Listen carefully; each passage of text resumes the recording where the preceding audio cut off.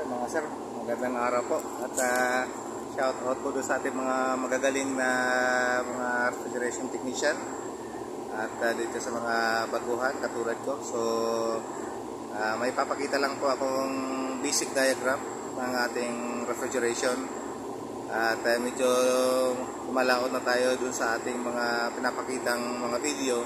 So balik muna tayo dito sa ating basic, although hindi ko masyadong kabisado yung ating so yung mga gusto mag-comment, magbigay ng suggestion at matulungan tayo na i-explain ang basic diagram ng refrigeration natin. So pwede po kayong magbigay ng komento po at may bahagi din po yung inyong kaalaman patungkol dito sa sa ating basic cycle. Ito po ay isang basic cycle ng ating refrigeration. So mag-start tayo dito sa basic cycle natin. So ito ay isang diagram na pinaka-importante sa lahat ng ating refrigeration system, maging malaki man o maliit. So magsisimula talaga tayo dito sa basic na to. So maging malaki man ang ating sistema o maging maliit, yung basic cycle nito ay hindi po ito mawawala doon sa ating sistema. So lagi ito nandun, makikita lagi natin itong cycle na to doon sa ating system. So hindi siya nawawala. So ibig sabihin, napaka-importante po yung basic. Ito yung pinaka-fundamentals po natin. Ito yung pinaka-basis natin doon sa ating ginagawa sa ating mga sistema, maging malaki man o maliit yung sistema. So ito, pinapakita ko lang po yung compressor natin. Dito po yung condenser natin.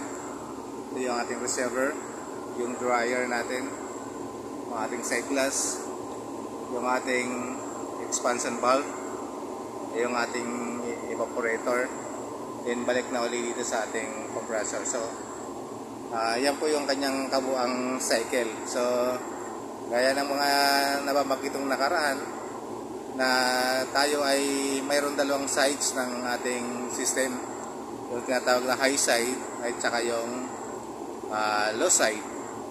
At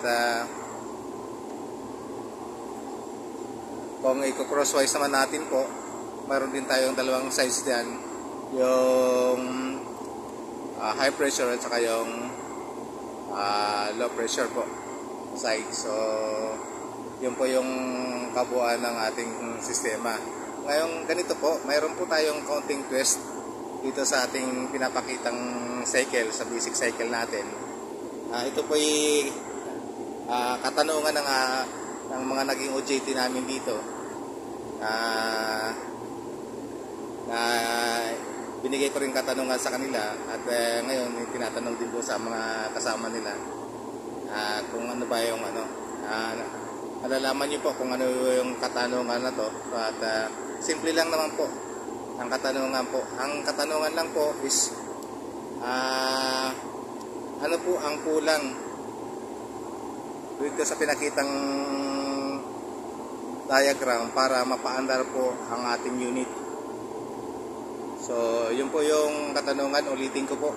Ano po yung kulang dito sa diagram para mapaandar po natin yung ating unit?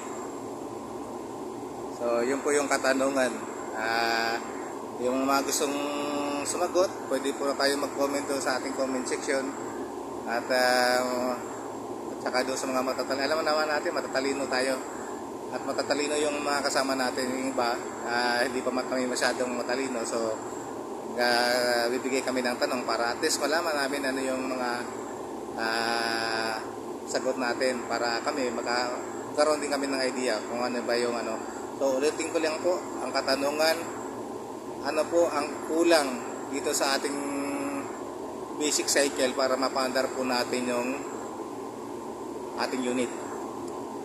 So yun po yung yun po yung katanungan na i-release natin. So ang sagot dito is natin sa susunod na mga video, bago tayo kumalaw sa mga video susunod. So doon natin maano yung tamang sagot. So isi-search muna natin kung ano ba talaga yung sagot ng katanungan na yan. So ito ay galing doon sa ating mga OJT, galing sa Bisyo. So hanggang dito po muna mga sir, mga boss. At magandang araw. So kaunting talakayan lang po ito. So kaunting kasiyahan lang para hindi naman tayo na alam natin pagod tayo sa ating trabaho, sa ating mga ginagawa dito.